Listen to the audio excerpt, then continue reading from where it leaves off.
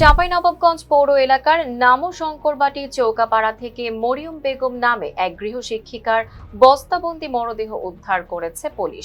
এ ঘটনায় সন্দেহভাজন হিসেবে এক দম্পতিকে জিজ্ঞাসাবাদের জন্য পুলিশ হেফাজতে নেওয়া হয়েছে।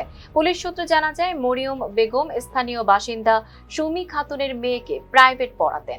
সোমবার দুপুরের পর থেকেই নিখোঁজ ছিলেন তিনি। পরে মঙ্গলবার নামশঙ্করবাটি চৌকাপাড়া এলাকা থেকে তার বস্তাবন্দি মরদেহ উদ্ধার করা হয়। তার মাথা ও ঠোঁটে আঘাতের চিহ্ন পাওয়া গেছে। এছাড়া তার কানের দুল ছেঁড়া অবস্থায় ছিল বলেও জানিয়েছে পুলিশ। স্থানীয়দের দাবি, সুমি খাতুনের বিরুদ্ধে এর আগেও কয়েকজন নারীকে জুসের সঙ্গে চেতনানাশক খাইয়ে স্বর্ণালংকার ছিনিয়ে নেওয়ার অভিযোগ উঠেছিল। প্রাথমিকভাবে ধারণা করা হচ্ছে স্বর্ণালংকার লুটের উদ্দেশ্যে মরিয়ম বেগমকে হত্যা করা হয়েছে। তবে পুলিশ বলছে বিষয়টি এখনো তদন্তাধীন। চাঁপাইনবাবগঞ্জের অতিরিক্ত পুলিশ সুপার অসীম ফিরোজ জানান, মরদেহ উদ্ধার করে সন্দেহভাজন সুমি খাতুন ও তার স্বামী রুবেলকে পুলিশি হেফাজতে নেওয়া হয়েছে।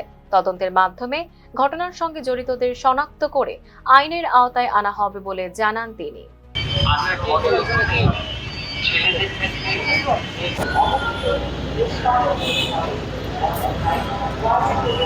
Tanjima Nowrin, face the people.